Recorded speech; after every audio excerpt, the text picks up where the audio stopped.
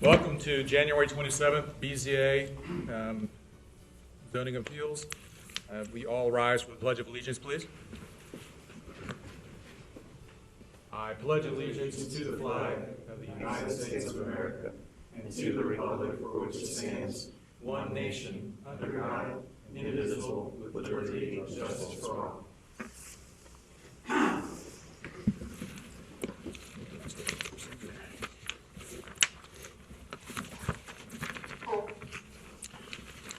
Good evening, I'm going to say ladies and gentlemen. Our ladies are over here.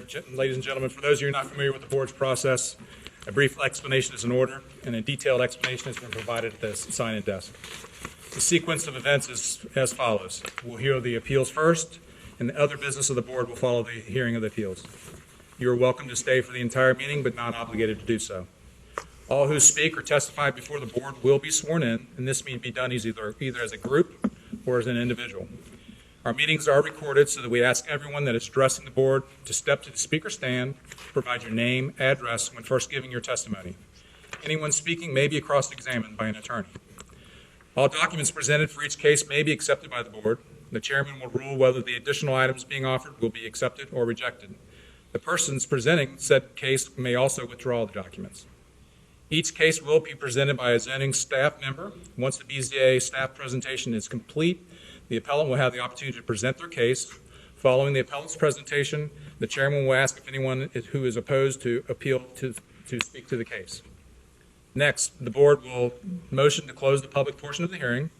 Then the individual board members may ask anyone who has testified to return to the podium and to speak to additional questions. Following the board's questions, a motion and a second will be made by the board to either approve or deny the appeal. Finally, with respect for the process and one another is paramount. The deliberations for each case is taken seriously by the board, and likewise, it is expected that respect will be accorded to everyone regardless of any emotion that is involved. No disruptive behaviors will be tolerated. This extends to all who have testified as well as members of the audience. Anyone being disruptive will be asked to leave the hearing room. Thank you for your patience. We do a roll call, please. Mr. Bartold? Here. Mr. Martin? Here. Mr. Price? Mr. Reininger? Here. Mr. Roberto? Present. Seeing that Mr. Price is absent and we do not have an alternate to fill that position, we will be as a quorum tonight. All right. Anyone that's going to be testifying this evening, will you please rise and raise your right hand?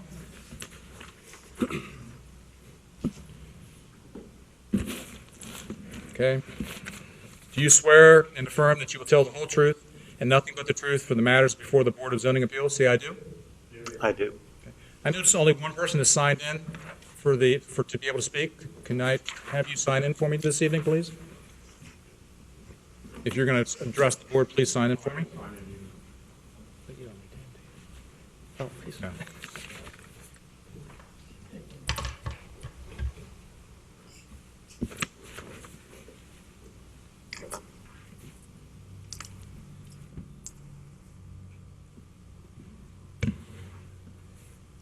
Give you a faulty pen. Yeah. Oh, yeah, that's better. Thanks. Oh, it's one of those hard to pull the cap off.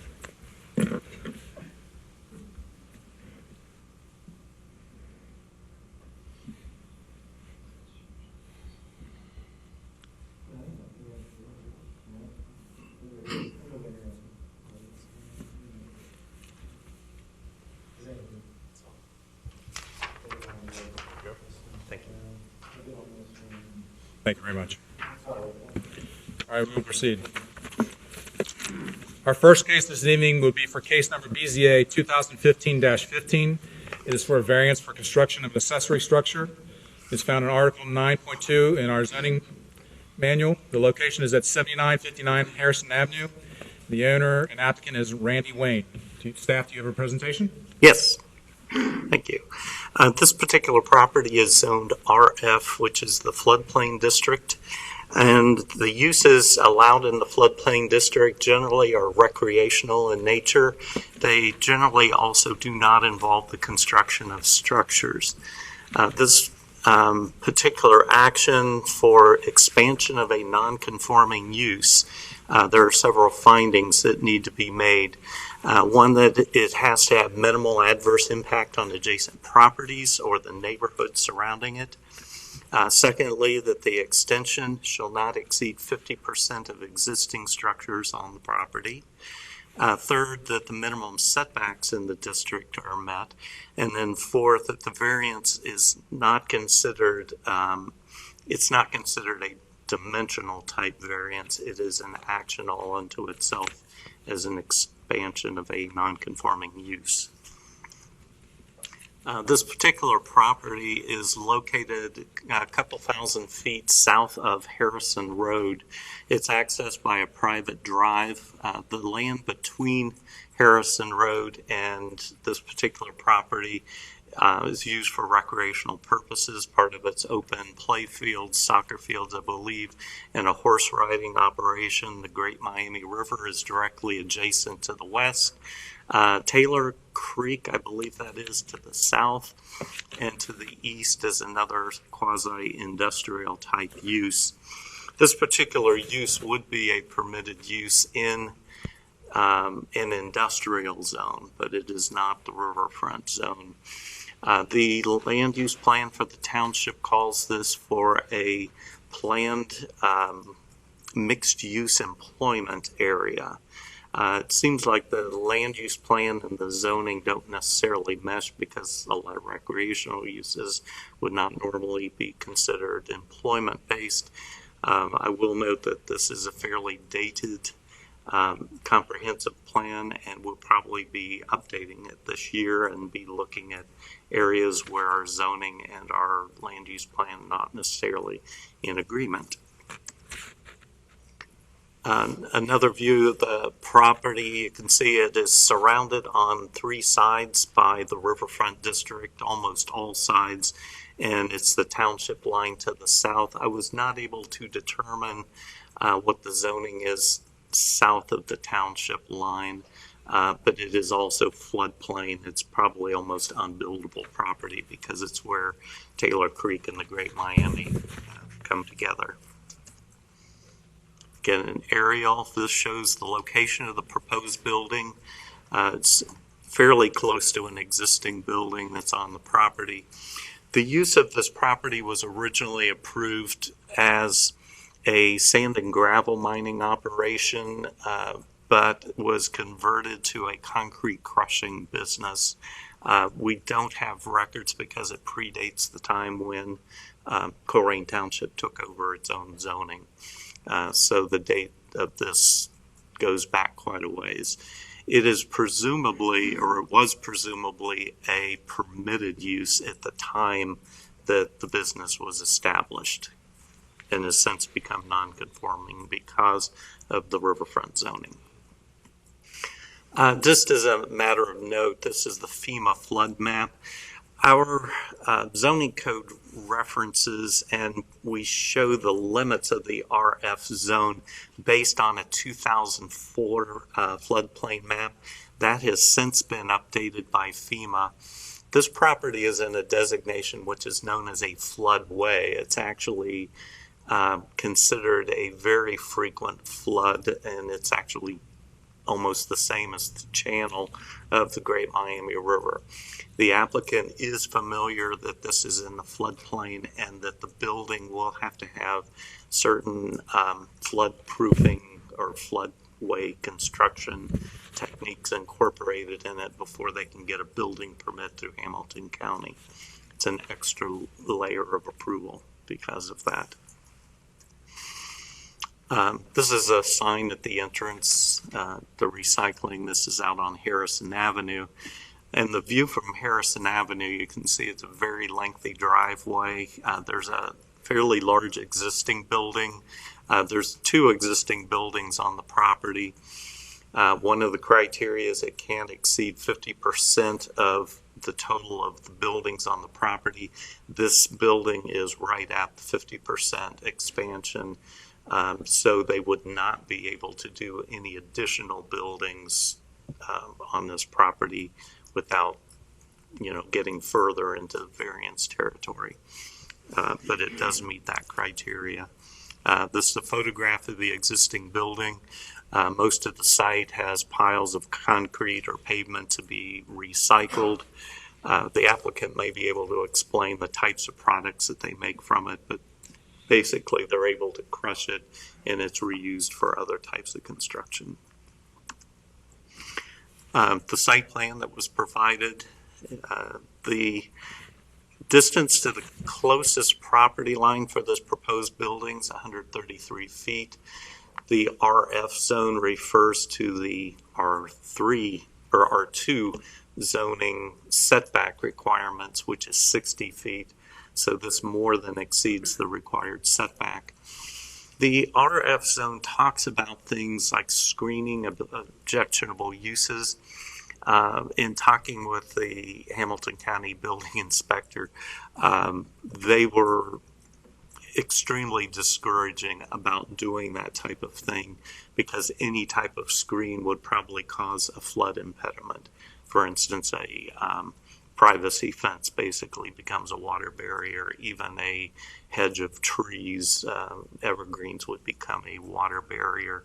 And they don't want anything in the floodway that would divert water or cause further flooding in areas that are not flood prone. Again, a little more close-up of the site, showing the dimensions. And the proposed building is primarily for vehicle storage with large overhead doors.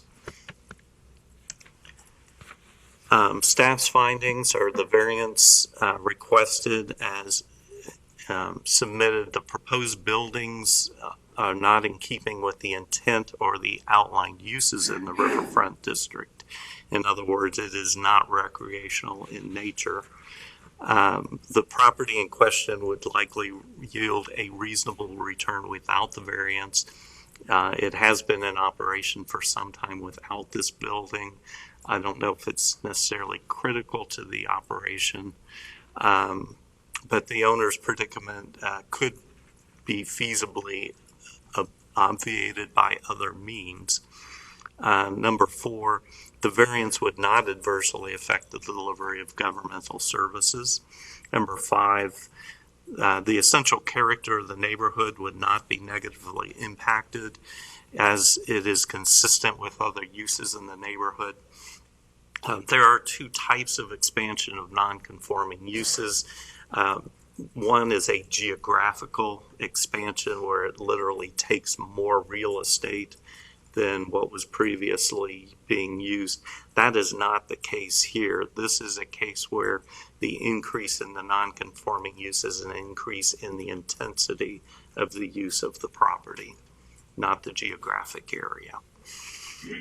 The proposed building is incidental to the current use of the property. It's less than a 50% expansion of the existing buildings. Number 7, the proposed building setbacks seem reasonable given that there are no specific requirements for the riverfront district. And again, they more than exceed the R3 or R2 standard of 60-foot setback for the building.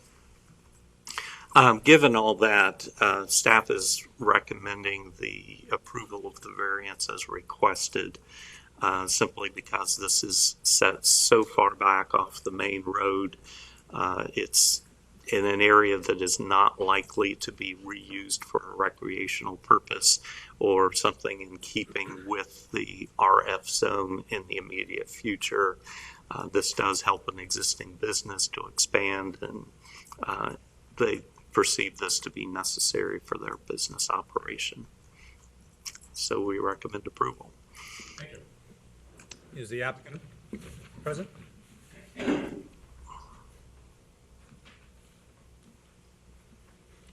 Good evening. My name is Tom Abercrombie. I'm with Abercrombie & Associates, 3377 Compton Road, Cincinnati, Ohio, 4251, and I'm the civil engineer and surveyor for the applicant, Randy Wayne, which is the gentleman on the left side.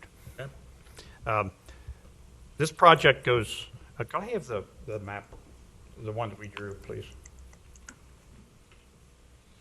Or the closer up one. I don't know how familiar you are with this area east of the Miami River in Miami Town, but this flood area down there is horrific. I mean, it goes and goes and goes and goes forever. All the buildings down on East Miami River Road and Riddle Road and all those, the Hamilton County Garage, the West Side Paving, and all those buildings are all built in a floodplain. So we have an industrial pocket here in the Colerain Township, which is thriving, but it is all built in a floodplain.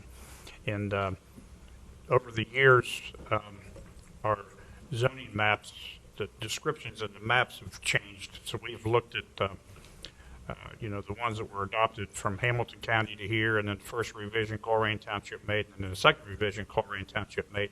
But in its existing condition right now, there is hardly any use in the floodplain area. Basically, a canoe rental is just about a major thing that's allowed in there. And there are a lot of thriving businesses in this area. In the early 2000s, Mr. Wayne constructed 2 buildings on this site. I think the letter might have said 1, but he built 2. There was one in the back, and then the one you had the picture of, which was a scale house. Now, the way these buildings work when they're built in the floodplain is that you've got to be able to let water in and out of these buildings. And especially on the scale house, he put a second floor, which is above the floodplain, and his offices are up there for the trucks that are coming in and out. So this building that we're proposing is for storage of equipment that is out there. He's had a lot of vandalism, plus he just wants to take a little bit better care of the equipment that he has. So this is strictly storage. The scale house building doesn't even have garage doors on it. He stores like bulldozers and equipment like that. So when it rains, a big flood like that, then it either fills up around the bulldozer, or he would take that and move it to another site somewhere. But there's no people that needs to occupy this site during flood, which is the pretty major part of it. So we're proposing this building, and we call it flood-proof when we work with Greg Smory at Hamilton County Department of Public Works. He is the FEMA flood administrator for Hamilton County, or for FEMA, but he works in Hamilton County. But way you would do this is either not put garage doors on it, or you can, this is going to be a concrete building. It's going to go all the way up in concrete so that it can be protected against the floodwaters, and there would be like windows, but there's no window in them, so the water can come in, it can come out, because when the water comes in, the air has to get out of the top. So this, he spoke of the floodway and the flood fringe. This is the floodway. The difference between the floodway and the flood fringe is the floodway carries the water, and the flood fringe is where the receding waters go off to the side. So in the floodway, the waters have some velocity to it, where out on the fringe they might, if you're a rafter, it's called a eddy, so, but they're just out there. So we feel this is an appropriate use, and the other 2 times we applied, nothing was ever mentioned to us, and we were just granted permits both through Colerain Township and constructed them according to the FEMA regulations, and we would like to build one more building. And if you have any questions about the operation, Randy can explain those to you. His brother Rusty's on the right. He's the gentleman that would be constructing the building. They do everything together. So if there's anything else I could add to it. All right. Anyone else speaking in favor? Anyone in opposition? I'll move that we close the public input of the meeting. We have a motion. We have a second. I'll second. Motion and a second. Roll call vote, please. Mr. Bartolt? Yes. Mr. Martin? Yes. Mr. Reininger? Yes. Mr. Roberto? Yes. All right. We'll move on to board member questions. Mr. Martin? Well, when I first started looking at this, I was concerned. We're not really looking at a variance here, right? Where this is an expansion of a non-conforming use. That is correct. So there was a little bit of misunderstanding, I think, in what was sent out, because we can't grant a variance here. Right. Okay. So having said that, then I have to look at 11.6.1 and 11.8.2, and that gets to the 50% expansion issue. So you said there are 2 buildings, because I see only 1 building on this diagram here. There are 2 buildings? 2 presently? I'm sorry. It's at the very back of the site. Scale house is here, that's the one you saw the picture of. And what's the square footage on that? What is that, Randy? Come to the podium, please. 50 by 70, 3,500. Brandon, can you speak at the podium, please? That way the audience that's watching can hear you. Yes, the scale house is 50 by 70, so it'd be 3,500. Okay. And the other building? The other building is down here, Okay. and this is it was permitted as a gravel or a dirt storage building. Right. You store gravel and dirt, things like that, Right. so it's being used as what it was for. But That one is a little over 1,200 square feet. And the square footage of the new building? What's the size of it?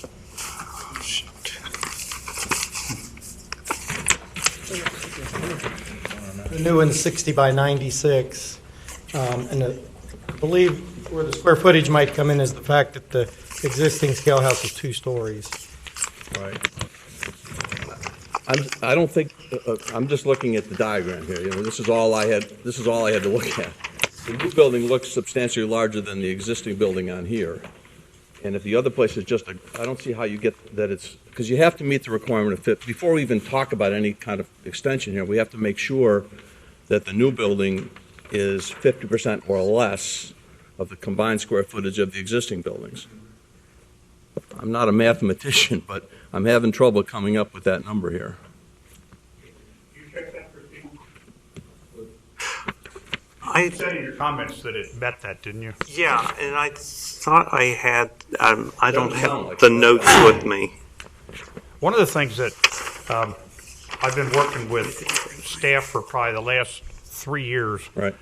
begging, not on this property, but begging them to look at this floodplain district because I've had a lot of people that wanted to build in there that have not been able to do it because there's no flexibility. And in some of the predecessors, they wouldn't even let us bring it to BZA, which I thought we had the right to do that, but they didn't let us bring it to BZA. Well, funny you should mention that, because I honestly think that's your best remedy, though. I think your remedy is 9.2.3, which is basically to go seek a zoning change. Because I certainly wouldn't be comfortable voting here unless somebody can give me the exact, because that's a threshold we have to meet before we even get into any discussions about expanding it. You have to meet that 50% threshold. And I don't think you do. And I certainly wouldn't be in favor of voting on it until somebody can definitively tell me that we do.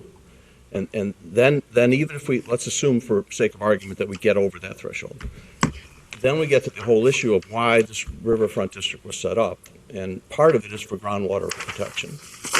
And although, yes, it's an existing use, and yes, I don't know when those 2 buildings were even built. If they were built in the early 2000s, 2002, right in that area.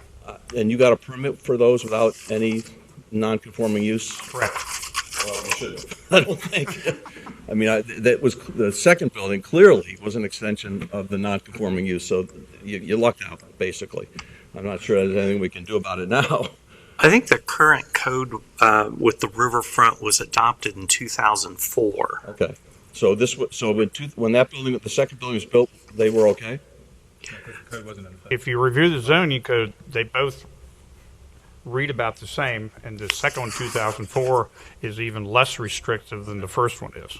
Well, okay, then I'm giving you all the benefit of the doubt I can give you. Let's assume that you're at 50%. We can overcome that hurdle. Let's assume that both buildings were permitted, fine, no problems. Then we're still left with this whole issue that it's still in the riverfront district. And although, the non-conforming use is there and there's, it's fine and no problems, what you're putting there is really a vehicle storage facility with all the incumbent issues of oil and drainage from those vehicles and so on that really do have an impact on groundwater. So that's something I really think that we have to think long and hard about whether we want to allow that, given what the riverfront district or the RF district is supposed to be all about. And this is not an expansion of your sand and gravel operation or the concrete crushing operation. It's really an expansion to allow you to park vehicles that really have a strong potential to impact the groundwater. And I'm not sure how the security is going to work because you said you're going to have this open for flood water to go through. So how's that going to prevent people from getting into the building? Yeah, I can answer all those. I mean, the openings that they put in are like a foot high. Right. And then instead of having, well, you could almost treat it like a jail. You put bars in there Right. where somebody can't get in, but the waters can get in Right. and get out. Then you need to let the air come out of the top. That's one of the ways. Another way on the garage doors, there's companies that build flappers that'll flip kind of like a dog entering, dog cage. You can have those flappers where the water can go in and go out. Right. And but you don't make them so large that a person can get into them. Are you going to be doing maintenance of the vehicles in this garage? I would assume, right? Maintenance? Mostly storage. But I might add that also, these are trucks that are already there. so Come to the podium, please. Thank you. As far as we're not creating a storage facility, we already have it. That's just, they're sitting outside now in the weather, subject to vandalism, where enclosed in a building, it's actually a cleaner operation than if they're out and, to address your concerns about dripping oil or anything like that. It's easier to clean up in a confined building on a concrete floor than they're all parked outside now. And we have had several cases of vandalism, especially when copper was a lot higher, coming in, cutting the copper cables, that type of thing. So that's really what we're after. Well, I don't want to, delay this hearing, because other people have other questions, I'm sure. But I do reserve the right to come back and ask some of those questions if we can get over that hurdle about the 50%. And I guess I will leave it up to whomever to show me some square footage calculations that get by the 11.8.2 requirement. And if you can show me that, then I think we can get into some of these other issues. So I guess I'll leave it at that. Yeah, that same part you're talking about, that 50%. We talked about that originally too, because I don't know how that applies to this. I mean, I know that type of language is prevalent in a lot of zoning codes, right. But the buildings that we have in there are not non-conforming. We did not have non-conforming certificates. We just have building permits. But the issue is it's a non-conforming use, and under 11, well, what 11.8.2 says, the Board of Zoning Appeals shall have the power to grant the extension of a legal non-conforming use or building, which is what we're talking about here, upon a lot or tract occupied by such building use where such extension is necessarily incident to the existing use, which it is, provided, however, that the floor area of such extension or extensions shall not exceed in all 50% of the total floor area of the original existing buildings or buildings devoted to the legal non-conforming use. So that's where it comes in. I realize it's in there. Yeah. I realize it's in there. It's something, again, that when we were back, when Jeff was here, we were talking about modifying that and look into that too, because how do you take a 20-acre site like this with a clean operation for a bad instance and then hold him to one building for this whole place or two buildings for the whole place? It's like a shopping center. How could you ever develop a shopping center if each one of them was going to not be able to expand it? Well, that was the whole issue of the RF district, though. I mean, and that's why I think it may be, and I don't want to predict anything, and I don't want to give you bad FEMA news. doesn't have a problem with it, and the county doesn't. It's only the zoning code that has a problem with it. I understand. I understand that's in there. And as we all know, I can't be an activist board member. I got to live with what the zoning ordinance says. Right. And it may be that you have to go back and talk to the Well, we've been powers to be. asking the board for at least 5 years to redo or to review this stuff, and we've got nowhere because we've had a lot of board changes, and then when the new people come in, they have way too much to do to be doing this. We had the same problem here 5 years ago when we had conflicting lines with the FEMA line and what was plotted as the flood line. Right. The flood line was plotted from 1952, whatever they were, and they were different by hundreds of feet sometimes. And the township did come in and redo that after years and made those lines the same line, the FEMA line. So, I mean, I'm not blaming them. They are working on it, and they say that this section of the code needs to be reviewed. So, Well, don't shoot the messenger. unfortunately, we're here. All right. Yeah. Thank you. Mr. Bartle? Well, I guess we're to proceed as if 50%. What, can we determine that tonight? I really need to get a scale. I'm using my pen and the scale. Mr. Wayne, can you please come up to the podium for a second? I'll ask whoever has built the building that knows the references of the size. I came up with about 11,600 square feet, counting that the one building is 2 floors. That's going to be what I wanted clarity on. Yeah. So what is the square footage, what is the dimensional width, length of your building currently as it stands? And then we're going to times it by 2. Yeah, the current building, we would have to measure it. I apologize, I don't have those plans in front of me. Close numbers. Yeah, 52 by 72, that would be, I believe, the current bigger building. I know the smaller one is 48 by 30. And the larger one is 2-story. I guess you could consider the basement. Yeah. So we're 2 total. what's the rough number, 7,400 feet for the first building, and the second building, we said what the size is? It's 30 by 48. Yeah, I believe that's 1440. Yeah. So we're talking right at 9,000 Total? total. First building is 2 stories. That's counting Yeah. those. Counting the That's 2 stories. counting Your 2 dimensions by stories. times it by 2. And your new building is 4,900, that's the problem. Yep, that would make it more than 50%. All right, that's what I thought. I mean, I wanted Ron, because he's much better at math than I am. Well, I mean, is there a slab too that's part of that? I mean, are we truly just talking about the square footage of the building? I mean, where does the line draw? If they got a big patio, That's pretty much apples to apples. That would be outside of walls, and that's the way the building department looks at square footage. That would be both of the proposed and the new. okay.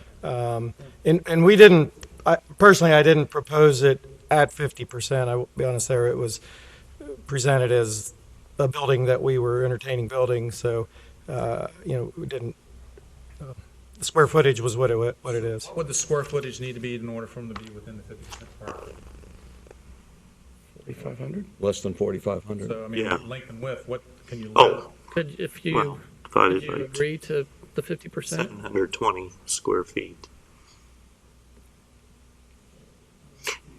Something tells me what I did is I probably measured that canopy that you see out there as 2-story of space, and it's really not building space.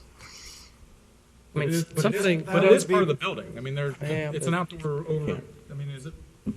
you don't typically count that as. It's not an enclosed building for our definition. Okay. Well, you pick, the proposed building's a certain size, and so is it possible to make it Scale it down. a Yes. little smaller? We would take smaller versus nothing. Yeah, exactly. Okay. Well, given that, so if we approve this, then it's still up to Hamilton County to dictate the size and quantity of those flapper doors and all the flood requirements? Is that true? Yes, they're very stringent on that. It would be engineered. That would be extremely scrutinized by Hamilton County. We built not a lot, but we've built numerous buildings in the floodplain, including the original You're two. probably familiar with what. Yeah, definitely. And then, well, there's no lawyers on the building in the room, but I'm just curious, if we approve this and 5 years from now, a flood comes and wipes it out, we're not held. They can't say that you let us They know build they're- this building. They know they're building in a floodplain. I'm Yeah. assuming they have to have insurance that'll cover for that floodplain. Right. I'm a lawyer, but I have to charge you if I answer the question. No, I can't charge you. Other than that, no questions. Mr. Reinhardt? Just a couple of questions for whoever cares to answer. How many times has that site been flooded since you've been there running this business? Come to the podium, please. Anybody? 1995, like 20 years ago. It's pretty rare. We've had lower, the river has come out of the banks on the lower, but the site that we're talking about has not seen water since, it was either 1995 or 1996. I can check the records, the last time it's been there. So it's not an annual event that site gets flooded. It's not an annual event. Nothing we do is affected by it. We do concrete recycling, blacktop, and other types of recycling. Our closest neighbor is MSD. We're behind MSD. And sometimes if we have a piece of equipment, we move to higher ground, but other than that, that's not impacted by it. And we've never had a complaint from anybody in 20 years we've been there. So, Is your equipment now just stored on site, outside? right, correct. And I think I heard from the comments you're dealing with 20 acres of ground total. Is that how much, how big? Close to 27, 28 acres total.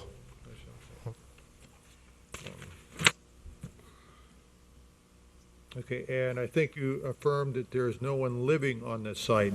I mean, Correct. so it's, No residents.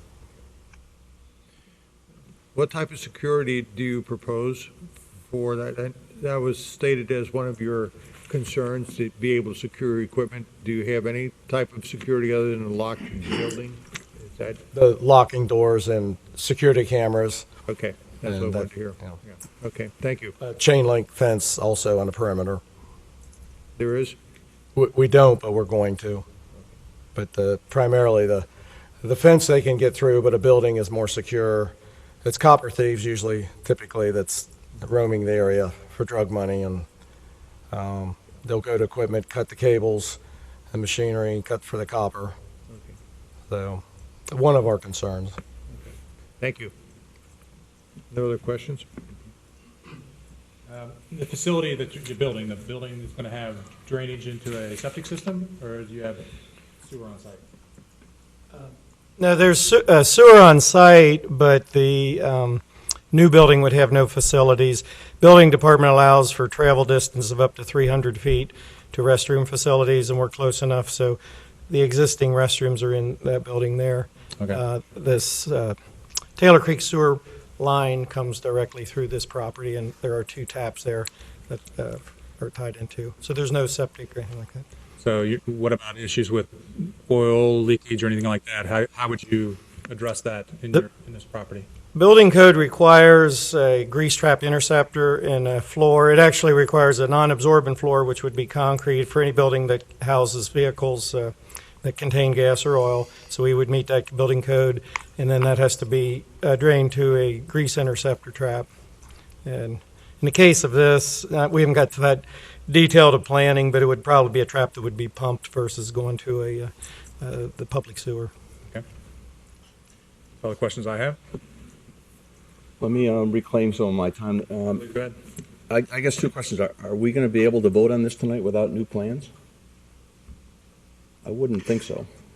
You can conditionally approve this if the 50% needs verification. You can approve it subject to the building not exceeding 50% of the existing floor area. I guess, and then my second point is, and I don't want to be an obstructionist, and I understand what you're saying, but I also have to start out with the premise that a non-conforming use is meant to be something that, doesn't necessarily fit into the area. And I know the argument that maybe this area is improperly zoned. I understand that, and I hear that argument. Nevertheless, we are expanding a non-conforming use. And the whole idea of a non-conforming use is to eventually have it go away, certainly not to expand it unless there's really extenuating circumstances requiring it. You're doing a lot of stuff there that does have, besides potentially surfacing the vehicles, there's a lot of stuff that does potentially have some effect on the groundwater. So I'm not sure that the town would agree. I don't know. We'd have to ask them whether they would agree that this area should be rezoned, because you are crushing concrete, you are taking care of asphalt, which does have oil in it, which does have the potential for leaking into the ground, does have contamination of the river, the groundwater, so on and so forth. And that's the reason for the zoning in the first place. So philosophically, I do have some issues here with expansion of this use, unless somebody can tell me that there isn't going to be a further degradation of the environment by this expansion. And I think there is, frankly. I'm not an environmental engineer, but some of the stuff that you do there clearly has an impact on groundwater. And if you look at 9.2, which is the RF district, it specifically says to identify special flood hazard areas and groundwater resources. And I don't know how you get around that here. So I definitely have some problems here. Irregardless, though, that portion of it's not going to go away. All right, but whether you want to expand it or not. Yeah, well, but are you really expanding it? All you're doing is allowing them to house their vehicles in a secure location. So, I mean, you're not creating more space for them to create more asphalt and to do more on that property. The property's not size isn't going to change because they're not putting anything to the river, correct, guys? So, I mean, they're going to work within the capabilities and the size that they have. All we're doing is trying to, approve whether or not they can have a building to make their equipment secure. True, but you're also not giving them any incentive to move, which I think is ultimately what they want to do with the RF districts. They want to move everything except agricultural uses, canoe rentals, and so on. I have to read the ordinance the way it says. Yeah. That's clearly what they had in mind, to move all that other stuff out of there. So there's no incentive here for them to do anything other than continue to and further expand their operation there. Sure. So that I must say I do have some problems. Can I comment to that? Sure. One thing, and my business is right next to this, but I think that it hasn't been brought out real heavily that the sewer treatment plant that's there is quite large, and all of the soccer fields that are located between Harrison Avenue and this property are owned by the sewer plant. And if you look at their plans, they're going to be at the sewer plant. They're just using them temporarily as soccer fields. So they aren't going away. They'll be there a lot longer than this facility. And I understand the RF district wanting to, promote recreational use, but that's just not going to happen on the doorstep of a massive sewer plant. There was nothing in the paper about it. They had a massive spill. They've been sucking up raw sewage for weeks after the last heavy rains we had. I'm not sure this helps your cause, though, honestly. No, I'm just saying we're not worse than that, I hear you. I do hear you. Don't worry. And I took that into consideration as well. I realize that your neighbors are a little more vile than yourself as far as contaminating the river waters. Anyone else? Certainly. That we're at odds on this 50% expansion and whatever it is. Unfortunately, we're here.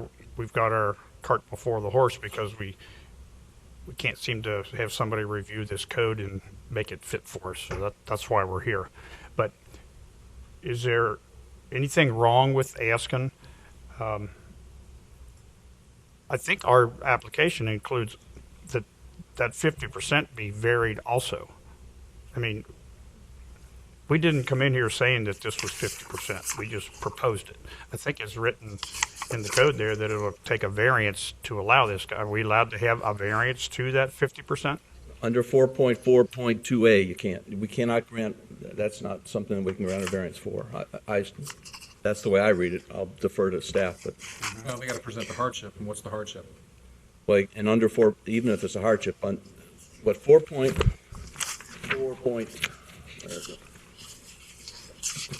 Says the board shall not be authorized to grant a variance for a use that is otherwise prohibited in the zoning district. So, I mean, that's why if you recall, when I started out my comment, the material that we got in the mail talked about a variance. There is no variance here. This is an expansion of a non-conforming use. I don't think we have the authority to grant a variance. I'm pretty sure we don't grant a variance to the 50% requirement. That's just not permitted to us. We have to live with that. Again, if staff disagrees, let me know. But I'm used to that being in a lot of codes, but not in an industrial code. We have industrial use. Is what we have. I'm used to it for houses and expansions of buildings and stuff like that, but not in a flood. Again, I'll be more than happy to be corrected on that issue, but that's the way I read it. Anyway. Okay. But it also seems odd that they were there first, then the use was created, which is a hardship, because they were using their land, and then Colerain Township said it's going to be the district that it is, which then puts non-conforming use. That's why they can. And it's a hardship to them. I mean, they invested in that property, and now because of a certain designation, they're going through what they're going through. Welcome to zoning.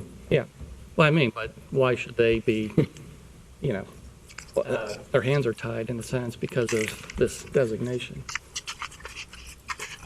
There's a point there. So I'm not sure what are we going to? We'll have I mean- to, we need a recommendation if we're going to do anything. But staff, do you have anything else you want to add? Yeah, this was advertised as an expansion of a non-conforming use because this is not an allowable building in the RF zone district for its intended purpose. We did not advertise it as a dimensional variance for anything. And I think I would probably almost have to get a legal opinion because it's actually in the variance language that you cannot exceed 50%. I'm would be hesitant to say that that's something even within your purview, because that's the criteria by which you measure the. Well, this with all due particular respect, on that point, what we received in the mail, with the picture on the back, under staff findings, it says, and I quote, "The variance requested is substantial, ... Number 2, the granting of the variance would not reduce the land area." So I have to say, with all due respect, I think you misspoke there. I think it was advertised, or at least given to me, as a request for a variance. So, this is from you guys. Sorry about that. That's all right. Yeah, I want to be clear. getting my terminology That's all right. mixed up. No problem.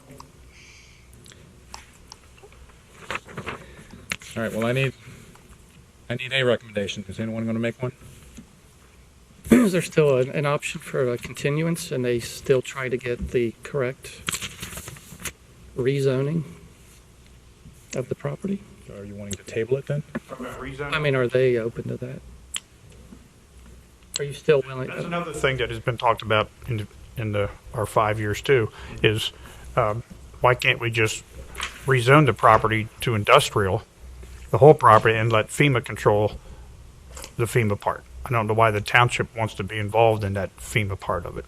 So that's something that has not hit the discussion board yet, but I mean, I think that's a good way to handle a project like this, to come in for a rezoning of the whole thing, and then you could expand it, down the road. Because this, I don't know if half the building's going to meet his needs or not.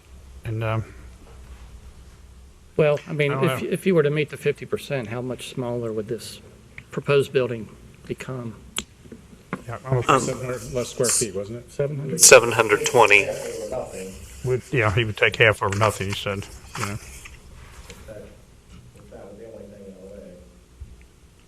Well, it's not half of it's not half of the proposed building. You understand that, right? Half of the existing structures. Right. So yeah, if the proposed building is 60 by 96, is it basically taking one bay off? Is that what we're? About a 50 by 84, I believe. I mean, your bays are 12 feet by 60 feet. So maybe it's nothing more than taking one bay off. I mean, if that's the only great objection that rises, could we go for approval and then put in the recommendation that the building will not exceed 50% of the expansion, and that way we would not have to come back? I'd be open to that.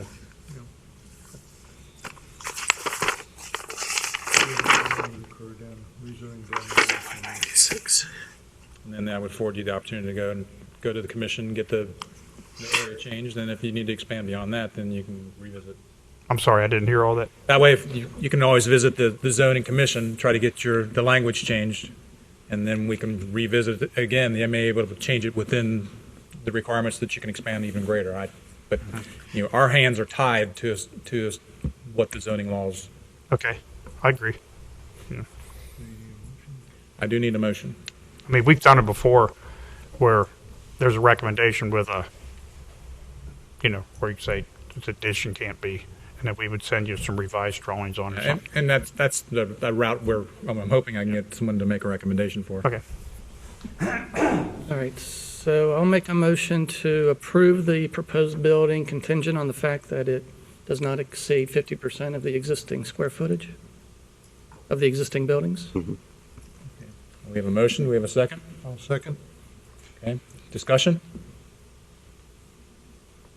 So it's approval for a conditional use, Approval for conditional use for, a building not to exceed 50%. It's expansion of a non-conforming use. there you go. Expansion, non-conforming use, okay. We clear on that? Yes, thank you. All right, so we've got a motion with second. Roll call vote, please. Mr. Bartolt? Yes. Mr. Martin? No. Mr. Reininger? Mr. Roberto? Yes. Motion has been approved. Thank you very much. Thank you. Go forth and prosper. Go forth and prosper. All right. Next on our agenda. Approval of minutes, isn't it? Yep. Need to approve resolution and adoption of the minutes. One at a time? Yes, we'll do September 1st. So we need approval to approve the September 29th meeting notes. No motion? Also move? Motion, we have a second? I'll second. Seconded. Roll call vote, please. Mr. Bartolt? Mr. Martin? Yes. Mr. Reininger? Mr. Roberto? All right, approval of the meeting notes from December the 16th.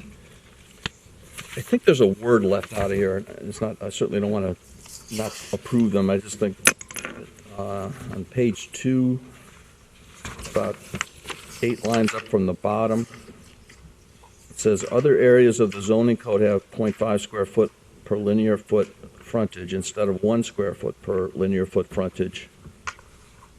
Is there a something's missing there?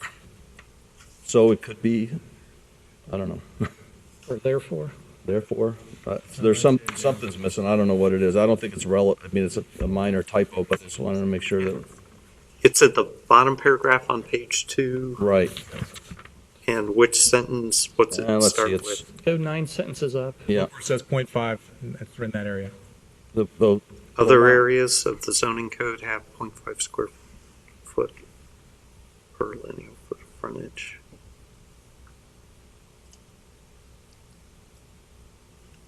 I think After the frontage, it should be, Bob may be right. It's Or either a some- so or a therefore or something, just to clean them up, that's all.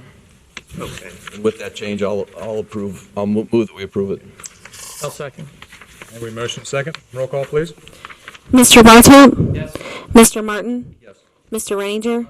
Mr. Roberto? Yes. All right, next meeting will be February the 24th. We have any administrative matters?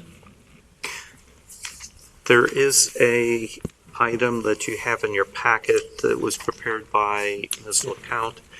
Apparently, there's been some discussion about providing additional flexibility in the sign regulations in instances, particularly in shopping centers where buildings do not have direct street frontage, but they front on like a drive or access road.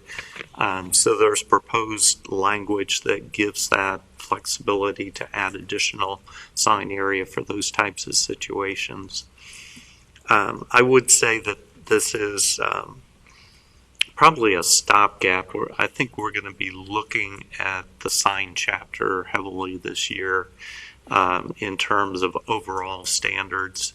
And just how we want to treat signs, particularly in planned developments. Frequently, the sign package is approved as part of a shopping center development.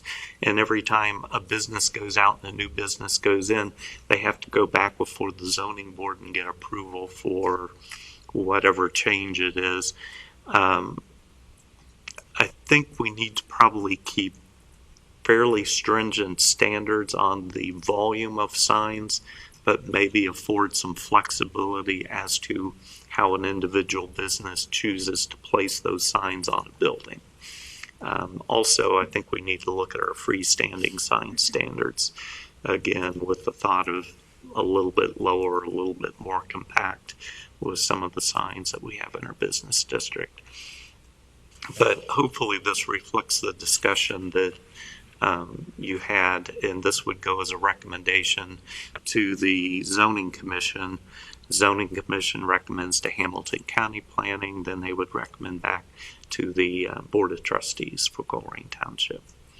Did anyone on the board have anything they wanted to add or subtract? Yeah, I had a couple, points of clarification. I applaud any effort to move forward on a better sign situation in Colerain, by the way. So anything you could do there, that would endear you to me very quickly. Do we want to spend any time on this language, though? If I hear you correctly, you're saying that you're talking about a revamping of all of the signage in language as opposed to just this? Right. So maybe we don't want to spend a lot of time batting this thing around. I don't know. This would help in some situations that we currently have pending where we don't necessarily want to go back to the zoning board just because it's a shopping center facing a driveway. I think this is something that will get incorporated into a revised zoning code. Okay, so given that, then I think Bob has some recommendations, maybe? Just some clarifications, I guess, with the language. I think everybody understands what the intent is, and I think there's a fair amount of unanimity about what we're trying to accomplish here. So I guess I would just add the following language, words really, starting in line 2, adjacent to and facing a primary access drive may be permitted to have, I would just say a wall sign. I don't think we talked about multiple signs. It says have wall signs. I would limit that to a wall sign. And then continuing on that frontage, and then I would add the following phrase, in addition to or in lieu of a sign facing the public street, just to make it clear that this is something that they can do in addition to or in lieu of. And then continuing along, provided that they meet the requirements of this section, and then add the word such, and such would be permitted, blah, blah, blah, blah, blah. The next line, linear foot of the building elevation or tenant space, and then I would add the phrase facing such primary access drive, whichever is smaller, just to clarify what we're talking about here. And then I would, in the last sentence, I would say the total sign area of a wall sign in this single building elevation, and then I would add the phrase facing such primary access drive. And then, so basically it's just some additional, it doesn't change anything in my opinion, it just makes it a little bit clearer. The first correction, we're talking about a building within a commercial center or complex which has an elevation. So we may have a multi-tenant building. Mm-hmm. And the question is, by changing that to say shall be permitted to have a wall sign, I think the intent was that Per tenant then, isn't it? It'd be per applicant. Per applicant, yeah. Okay. Yeah. So I just want to make sure that that whole whatever it is strip center wouldn't get a sign. Right. Okay. Yeah, no, I think we agree with that. Okay. I think those are good clarifications. Okay. Other than that, that's fine with me. Okay. Hopefully we won't have too many more of these. We had a slew of them for some reason, like 3 or 4 of them in a row, and then. Yeah, and that was the reason why we went and made the recommendation to maybe revisit this to eliminate so many people having to come to the BZA. I will say, having done this for 20, 30 years now, the sign variances are probably the most frequently appealed things. Businesses always want bigger, taller, closer to the road. That's kind of the nature of the beast. The thing that's probably going to be the most disparaging thing we're going to find out is there have been some recent Supreme Court cases that deal with First Amendment rights, particularly with content of signs. that we're no longer able to identify signs by their function. We simply can regulate height, size, and what message goes on those signs is really going to be beyond our control. And I find that a little hard to relinquish that control, particularly for commercial advertising. Right. And it's going to become very prevalent for temporary signs that are free speech or political in nature. Things like election campaign signs versus for sale signs in a residential zone and so forth. That if you regulate one, you have to regulate everything equally because we can't dictate content. So we've had some Supreme Court cases recently come down that basically invalidates virtually every sign regulation in the United States. And so everybody's scrambling, trying to figure out how do we meet this new standard. We're glad to have you on board. Yes. You got some experience, and it's going to be great to have some fresh eyes looking at the zoning book and the resolution. Thanks. Anything else from the staff No. as far as new business? But The meeting is at 6:30. Right? Oh, that's true. We're going to stay at 6:30? Yeah, our next meeting will be February 24th at 6:30. Do we have any items for that meeting? yes, we do have two applications. I will say on this language, was it your intent to make a recommendation for this to the zoning commission? Yes, it was. We'd probably need a motion to that effect then. Okay. I'll move that we refer this matter to the zoning commission. That's with the recommendation that they approve it. Second? All right, we have a motion second. Roll call vote. Mr. Bartolt? Yes. Mr. Martin? Yes. Mr. Reininger? Mr. Roberto? Yes. Motion moved. Anything else, gentlemen? All right, well then, we are adjourned. Thank you.